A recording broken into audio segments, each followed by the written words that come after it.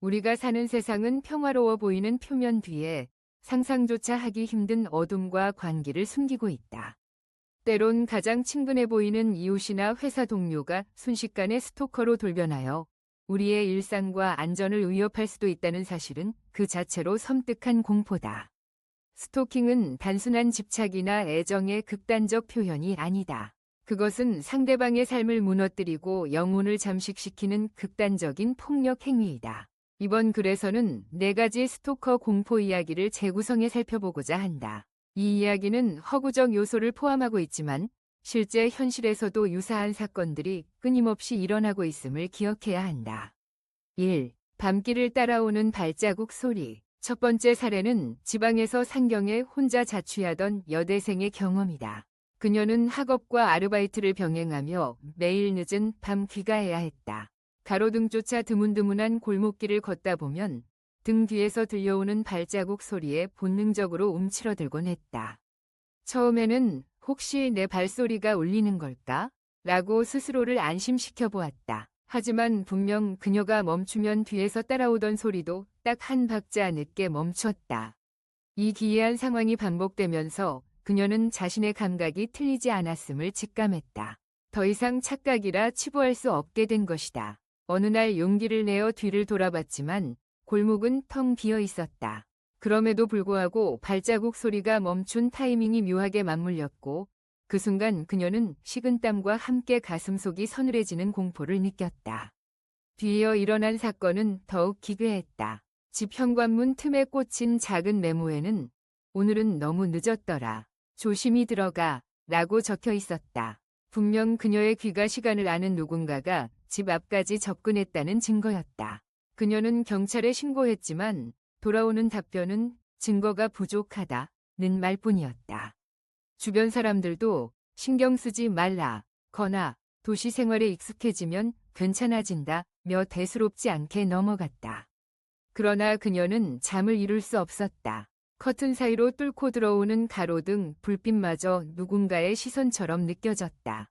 결국 어느 밤 더 이상 참지 못하고 CCTV가 설치된 인근 식당에 부탁해 영상을 확인했다가 경악할 수밖에 없었다. 어두운 골목 구석에서 그녀가 들어가는 모습을 지켜보는 한 남자의 뚜렷한 실루엣이 포착된 것이다. 그 남자는 그녀가 문을 닫고 들어간 후에도 한참 동안 미동도 없이 서 있었다. 이 사실을 알게 된 뒤 그녀는 한 발자국도 편히 내딛기 어려운 공포에 갇혀버렸다. 2. 직장 동료의 과도한 관심. 두 번째 사례는 어느 대기업의 신입사원이 직장에서 겪은 스토킹이다. 신입사원인 그녀는 새로운 환경에서 열심히 적응해 나가고 있었다. 문제는 같은 부서의 한 선배가 유난히 그녀의 일상에 집착을 보이기 시작하면서부터였다. 점심시간에 누구와 밥을 먹는지, 퇴근 후엔 어떤 스케줄이 있는지, 주말에 주로 어디를 가는지 등 시시콜콜한 것까지 물었다. 처음에는 신입이라서 신경 써주는 거겠지라고 생각했지만 그가 점차 사적인 질문을 넘어서 옷 브랜드나 사이즈까지 물어볼 때쯤 그녀는 이상함을 느꼈다. 그러던 어느 날 그녀는 회사 카페테리아에서 선배가 자신의 사진을 몰래 찍고 있는 장면을 목격했다. 깜짝 놀라 항의하자 선배는 이건 그냥 추억으로 남기고 싶어서 그래. 너 신입 때 모습 예쁘잖아. 라며 대수롭지 않게 웃어넘겼다. 그 순간 그녀는 소름이 끼쳤다. 이 사람이 지금까지 자신을 몇 장이나 찍었는지 그리고 어디에 보관하거나 배포할 가능성이 있는지 가늠할 수 없었다. 상사에게 이를 보고했지만 선배끼리 잘 풀어보라는 무책임한 대답만 돌아왔다. 그녀는 부서를 옮기려 했으나 그 선배는 이미 인사팀과의 친분을 활용해 그녀의 이동을 어렵게 만들었다. 다른 동료들도 선배의 눈치를 보느라 적극적으로 나서지 않았다. 결국 그녀는 극심한 스트레스와 불안에 시달리다 못해 직접 HR 부서에 자세한 증거와 함께 이 사건을 정식으로 알렸다. 경찰 조사를 통해 밝혀진 그의 집에는 그녀를 몰래 찍은 수십 장의 사진과 그녀에 대한 상세한 기록이 적힌 노트가 다수 발견되었다. 그는 평소 배려 깊은 선배로 알려져 있었지만 사실상 광적인 집착을 드러내는 스토커였던 것이다.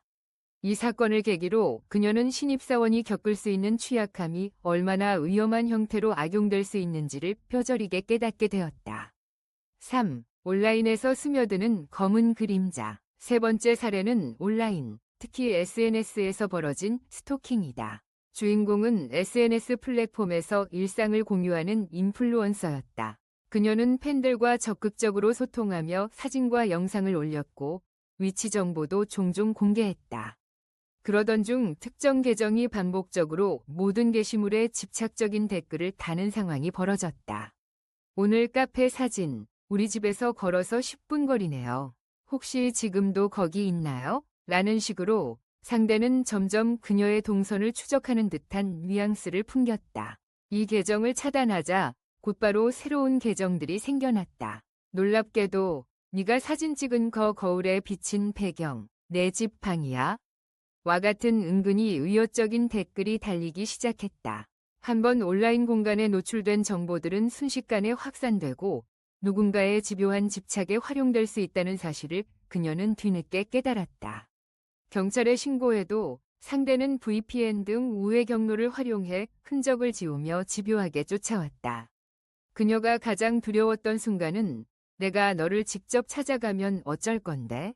라는 메시지가 날아들었을 때였다. 이미 온라인에서만 존재한다고 생각했던 공포가 오프라인 현실로 확산될 가능성을 시사한 것이다. 결국 그녀는 SNS 활동을 중단하고 지인들에게도 자기 위치나 사소한 정보조차 유출되지 않게 각별히 신신당부해야 했다. 하지만 완전히 사라질 수는 없었다. 인터넷은 이미 그녀의 삶과 밀접하게 연결되어 있었고 정체를 알 수 없는 스토커는 전혀 새로운 수법으로 계속 추적을 시도할 것이 분명했기 때문이다. 4. 가족에게까지 뻗친 관기. 마지막 사례는 스토커의 관기가 피해자의 가족에게까지 번진 무서운 이야기다. 피해자는 오랫동안 스토킹을 당해왔지만 자신의 문제로 인해 가족에게 피해가 갈까봐 차마 털어놓지 못했다. 그러나 스토커는 그녀가 가장 아끼는 사람들을 공격 대상으로 삼았다. 어느 날 그녀의 어머니가 집 앞에 놓여있던 종이 상자를 열었는데 그 안에는 가족 사진들이 빼곡히 들어있었다.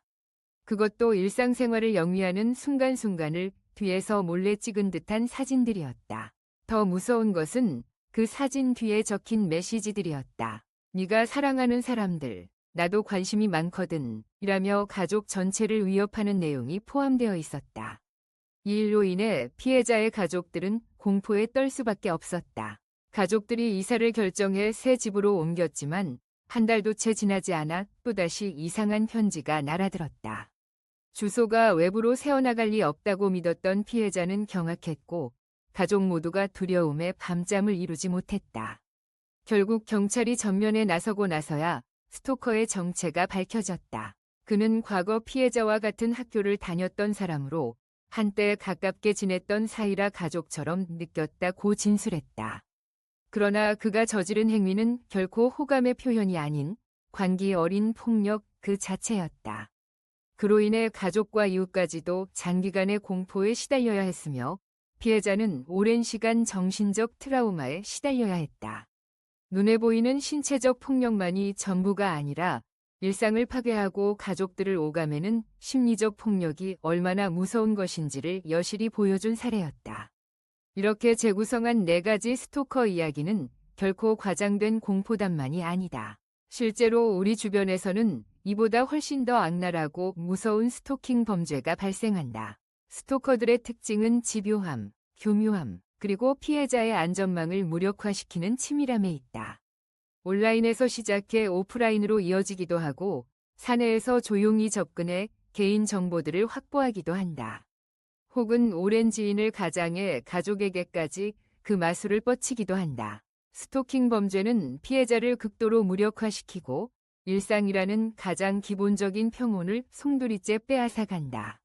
무슨 일을 해도 뒤에 누군가가 있을 것 같아 두렵고 아침에 눈을 떠도 침대 곁에 악몽이 드리워진 듯한 감각이 사라지지 않는다. 더 심각한 문제는 이러한 스토킹이 법적 처벌의 사각지대에 놓이기 쉬웠다는 점이다. 과거에는 단순 괴롭힘으로 치부되거나 뚜렷한 신체적 증거가 없으면 쉽게 묵살되었다. 다행히 점차적으로 법적 제도가 보완되고 사회적 관심이 늘면서 스토킹 행위가 중대한 범죄임을 인식하는 분위기가 확산되고 있다. 하지만 아직도 많은 피해자들이 이 정도로 신고해도 될까? 라는 자책과 두려움으로 고통을 혼자 감내하고 있다. 그리고 그 틈을 노린 스토커는 더욱 대담해진다. 주변에서 의심스러운 움직임이 감지되면 즉시 주변에 알리고 가능하면 법적 제도적 도움을 구해야 한다. 스스로를 지키기 위해선 용기가 필요하다. 정말 무서운 스토커에 대한 4가지 공포 스토리가 우리에게 주는 중요한 메시지는 스토킹이 단순한 애정 표현이 아니라 폭력적 통제와 지배 행위라는 사실이다. 언제 어디서든 누구에게든 발생할 수 있다는 점을 결코 가볍게 여겨서는 안 된다. 당신의 일상, 정신, 그리고 가족 모두를 지키기 위해서는 작은 신호라도 결코 지나치지 말고 스스로를 방어하는 노력을 기울여야 한다. 설마 하는 순간에 당신 혹은 당신이 사랑하는 사람이 스토커의 표적이 될 수 있다. 한번 깊이 파고든 집착은 피해자의 삶 전체를 파괴하기도 한다. 그러나 그 공포 앞에서 침묵하지 않고 적극적으로 도움을 요청하는 것이 우리가 선택할 수 있는 최선이자 유일한 길이다. 이 글을 읽은 모든 이들이 스토킹의 심각성과 위험성을 다시 한번 되새기고 만약 주변에서 이상 징후를 발견한다면 주저없이 목소리를 내주길 바란다. 그것이 어둠 속에 머문 사람들을 빛으로 이끌어낼 수 있는 유일한 힘이 될 것이기 때문이다. 마지막으로 공포는 방심에서 비롯된다는 사실을 잊지 말자. 스토커라는 존재가 언제, 어떤 형태로 우리를 덮칠지 알 수 없기에 더욱 주의해야 한다. 이 이야기가 적어도 누군가에게는 경각심을 불러일으키고 소중한 삶을 지키는 작은 불빛이 되길 바란다.